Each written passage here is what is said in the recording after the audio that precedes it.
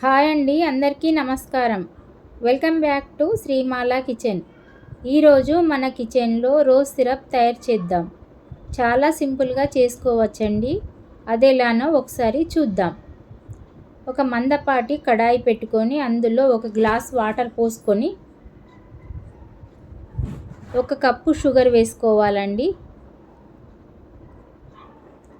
1 cup sugar వేసుకొని ఇందులో నేను ఫుడ్ కలర్ ఏమీ వాడట్లేదండి.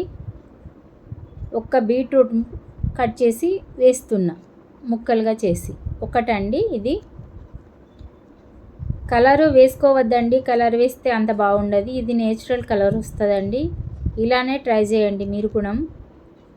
ఇలా ఒక 10-15 నిమిషాల పాటు మంచిగా ఉడకనివ్వాలండి.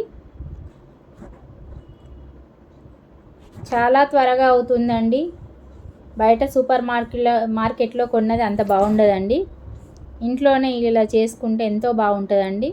చూడండి, మంచి కలర్ వస్తుంది. మంచిగా ఉడికించుకోవాలండి.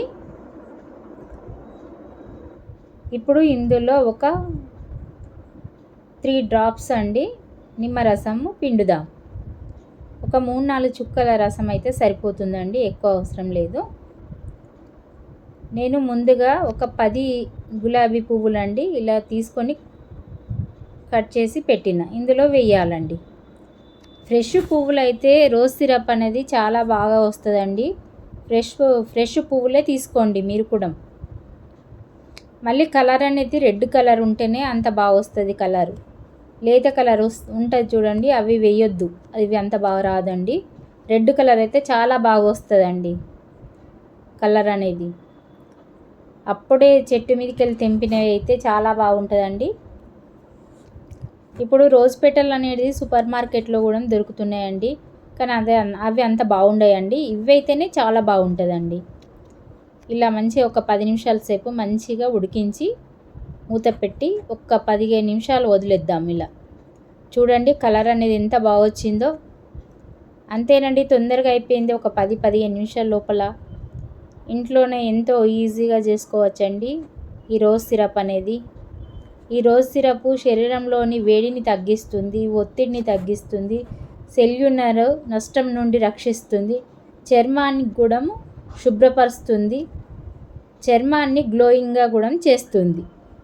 ఇంట్లోనే ఎంతో ఈజీగా ఇలా రెడీ చేసుకోవచ్చండి రోజ్ సిరప్. చాలా న్యాచురల్గా ఉంటుందండి. చూడండి, అయిపోయింది. రోజ్ సిరప్ రెడీ అయిపోయింది. దీన్ని ఒక గాజు సీసాలో పోసి మనం ఫ్రిడ్జ్లో పెట్టుకున్నామంటే ఒక 2-3 నెలల వరకు అస్సలు పాడవ్వదండి. చాలా తక్కువ టైంలోనే అయిపోతుందండి.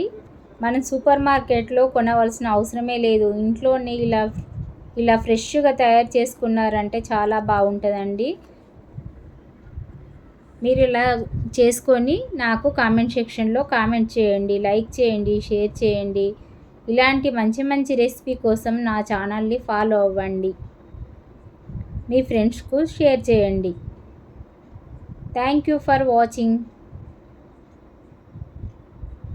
ప్లీజ్ లైక్, షేర్, సబ్స్క్రైబ్ చేసుకోండి, బెల్ ఐకాన్ నొక్కండి.